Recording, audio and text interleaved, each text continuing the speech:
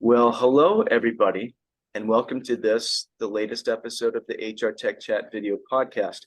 And I have a very, very special guest with me today. It is Mike Ettling, who is CEO of Unit4. Welcome, Mike. Hey, Brent, good to see you. Yeah, good to see you too. I remember the first time I met you. I don't know if I actually met you. I don't recall, but I was at the event. It was for journalists and analysts way back in the day. I think it was maybe 2011 or so. We were at NorthgateArinso. Yeah, and I've followed your career not in a stalking way, just in the background. Followed your career ever since. Just Mike's there now, and or here and there, and now you're at Unit4, and it's just been fascinating to watch. And we were at Unit4's analyst summit back in late-ish 2021 in Boston. And I remember being very impressed with what you're doing there and what the team's doing. And then we spoke you spoke with us, the 360 Insights team, at HR Technology Conference and Expo back in September. And we had an interesting conversation there. But there's some of that we wanted to sort of resurrect today. But first of all, maybe you could share with the audience, what brought you to Unit4? What have you been doing? How do you view the HCM market space? These sorts of things. Just, not too much pressure here, but what do you think? Well, Brent, that goes back some time, 2011. But it's interesting because that was my first sort of segue from having spent most of my career in IT services and IT outsourcing, and a little bit of BPO with companies like EDS. That was kind of my first transition at NGA into HR and the world of HR. And then I went on to spend time at SuccessFactors. And what got me interested in Unit4 was the kind of the convergence of the people aspect with ERP, because Unit4 focuses on ERP for people-centric businesses. So, we're not interested in widgets and manufacturing. We're interested in companies where the resource is a person.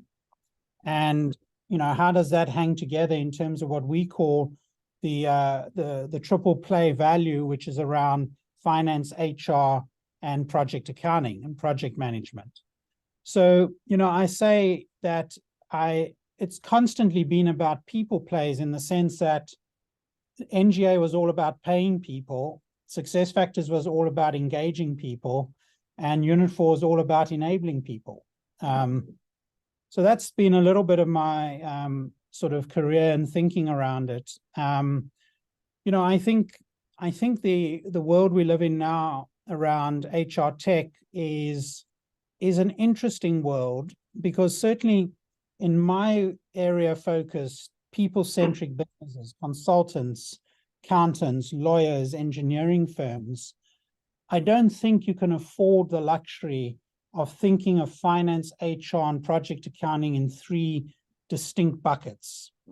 Because an effective professional services firm, it's all about the integration of those three and how things happen in between those three entities, whether you recording time, billing time, learning people's skill sets, assigning people to a next project. It's all it's all got to be highly integrated. And it's all got to be really in sort of one type environment. So who would have thought after my SuccessFactors career, I'd be advocating the power of one in terms of a solution and how it should be operating. It's super interesting, and I have so many thoughts. One is, I was envisioning sort of a Venn diagram of those three domains of the enterprise, right? There are a few things that happen, that are really sort of, unique to those areas, but there's so much overlap, and to be able to approach an organization, as a vendor, and say, hey, we're able to solve not just for your, FP&L, but also your HCM, and we can make those things work together. That to me is really interesting. Many years ago, I was speaking with someone whose name escapes me, but we were talking about the hockey stick graph in terms of the benefits that you can sort of really experience when you're really able to make, you know, ERP and HCM. You can really sort of get them tight and working together. There's a lot of upside there. And you know, you talk about go ahead. I think my definition of in that world of services businesses, it was interesting you said ERP and HCM.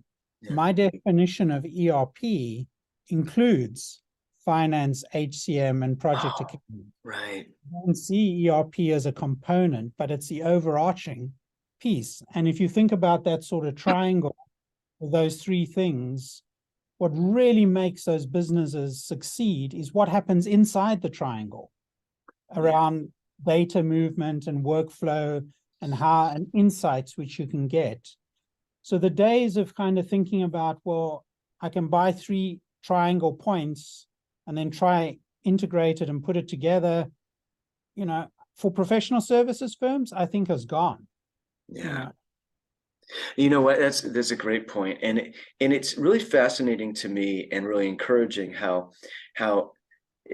and it seems to be a very organic, almost background thing that's enabling us to kind of think, to expand our thinking in the space where we're looking at activity in the enterprise more holistically, right? It's very moving away from those discrete silos. And you know, a great analogy is in talent acquisition and talent management. The latter, I think, is a term that's going to go away eventually, not right away, but it's really that stuff blends together. You know, I'm old enough to remember when internal hiring was called promoting people. Right now, it's called internal hiring. You have re-onboarding, you have internal onboarding, all this kind of stuff, and you have learning that threads through the entire thing. You know, this, you know, with the exception of, you know, actually sourcing the potential new external person, right? External hire, there really is no discernible beginning and end point between those two domains anymore. Yeah. I think you're right. I think we're seeing that whole value chain from, you know, finding talent, engaging the talent, and then how talent gets developed, really melding now into one continuous type of process. But I also think there's a cultural shift driving around this as well, because, you know, HR has traditionally come at this from the perspective of HR has to manage this. And, you know, I wonder to what extent once somebody's engaged in an organization, you know, the management and responsibility for development and talent should actually be more squarely in that person's realm of responsibility. You know. No, I agree with you, and that, you know, that parlays with this idea that a lot of HCM, you know, to me, it's interesting to think about how much of the employee experience, for example, HR is going to, you know, what is HR's natural place in the employee experience versus line managers, the people who interact with the employees having the experience, and those line managers' experience for that matter, because they're employees too. It's all really, really interesting. And, you know, honestly, this is a nice segue, because I know we wanted to talk about, you know, engagement of employees, and I know that you have some philosophies around that vis-a-vis diversity, equity, and inclusion as well at Unit4. Yeah, I think, you know, it's interesting. The thing which at Unit4 which attracted me firstly to the company, you know, when the PE firm asked me to have a look at Unit4, was the strap line. So we have a strap line on our brand which says Unit4 in business for people. And that was what got me interested, you know, in terms of, well, what could that mean? what does that actually mean in the business? And I don't think it was then very well crystallized and defined. But the thing I like about it is that it resonates for customers. So we're in business for people-based businesses, business for people ourselves. And I think it creates a very kind of symbiotic, outward-looking and inward-looking kind of statement of what we are, which is really important. And then, I think when you think about any business, I do find somewhat the sort of constant focus in talking about DEI, almost like, well, why are we talking so much about it?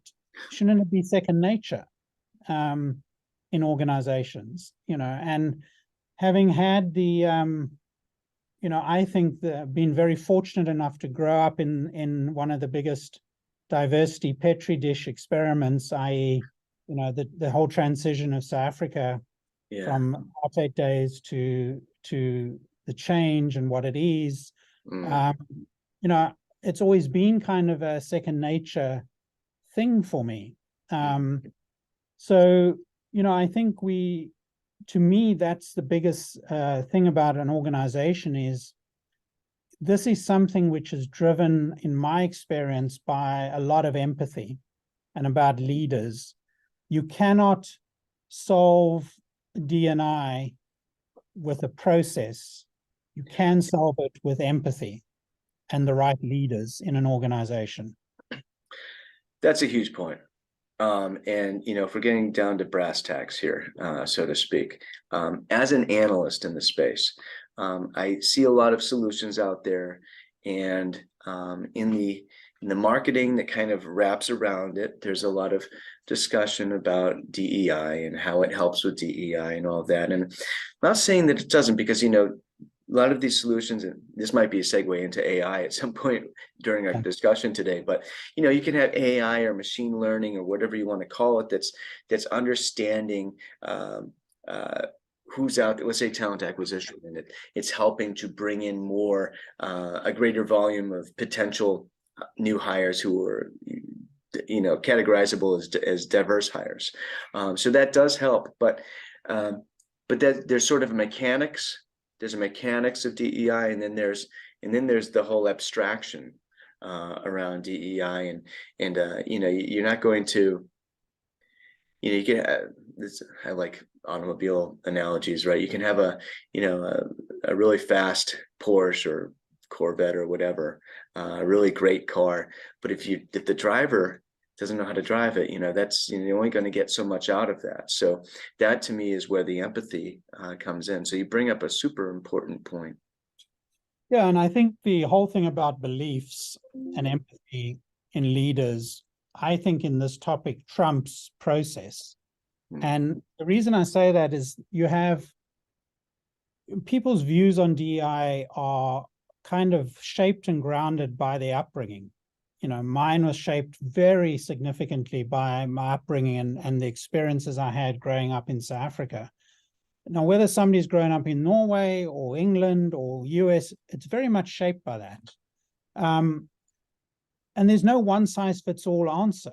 So coming up with a process in North America may feel totally alien to a leader or employee in Norway or in, somewhere else in the world. Because of the sort of cultural background. But the belief system can be common. The fundamental beliefs, I always say to leaders, if you don't fundamentally believe that having the most diverse team is going to add more value, be more exciting, create more innovation, develop you more as a leader by having more diverse reports, you don't fundamentally believe that, that's an issue. Let's have that discussion. And so I think this is an area where recruiting for beliefs is really important when you're bringing leaders on around this topic. And I'm quite skeptical and cynical about, is this a category of HR tech tools?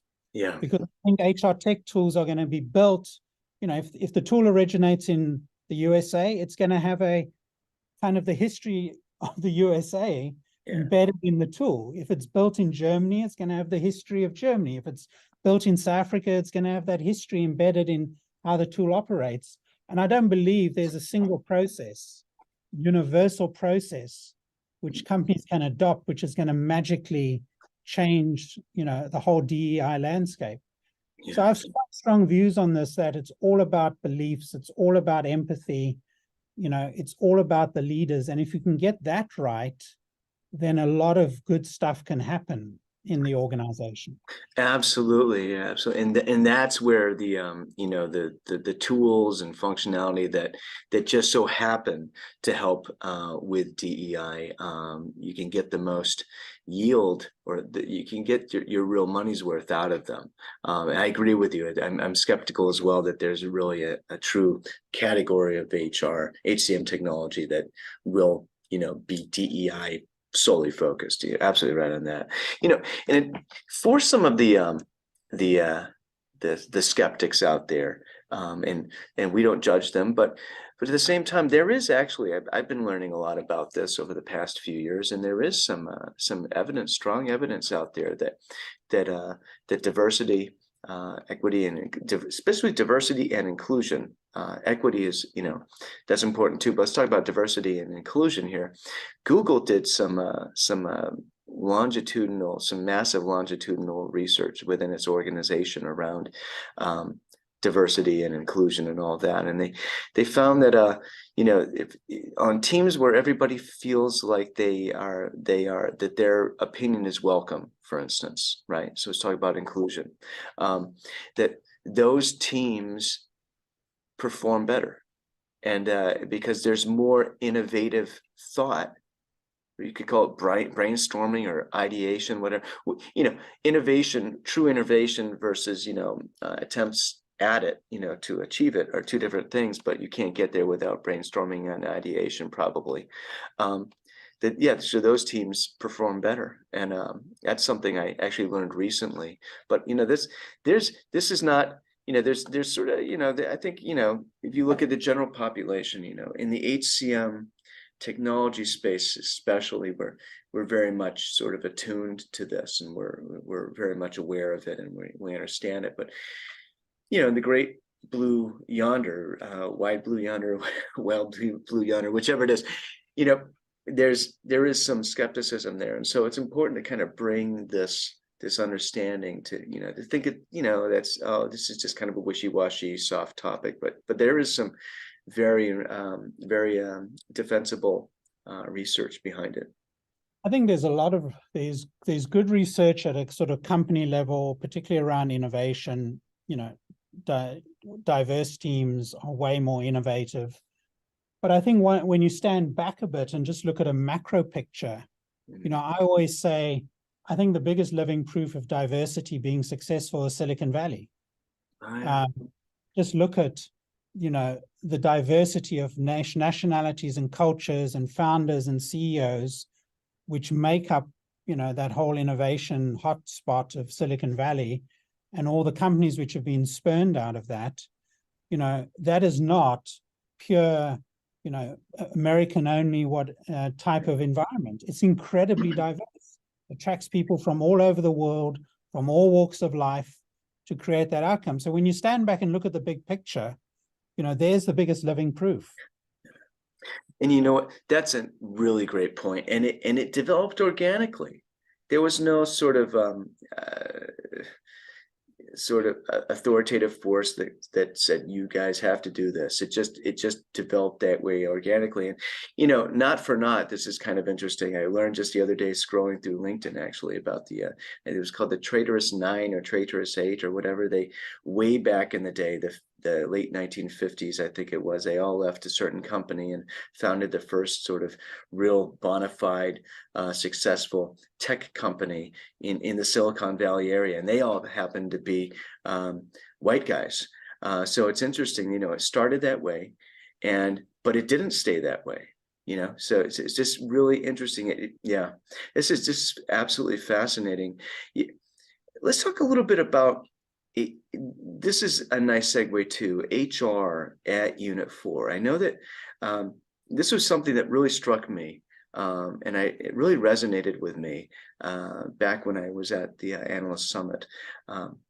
You call it the people success department. You've dispensed with the term HR, so to speak. I don't want to take words out of you, put words in your mouth, but could you talk a little bit about that?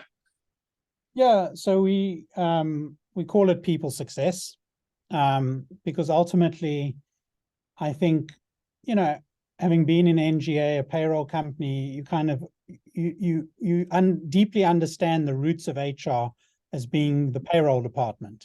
Yeah. And you go back, that's how a lot of HR, that's the kind of the origins of HR. But actually, what is HR? HR, in my view, is about enabling leaders, enabling people to be successful. And that can take place through a multitude of different tools, technologies, engagement. So let's call it that. It is about people success. And, I like the name because it doesn't have the same control dimension, which human resource management has, and then some people started calling it human capital management. Then just starts getting into like finance resource allocation connotations, like a capital allocation. At the end of the day, it's people, it's people and people success. And so, I think that resonates well, certainly for me and in our organization.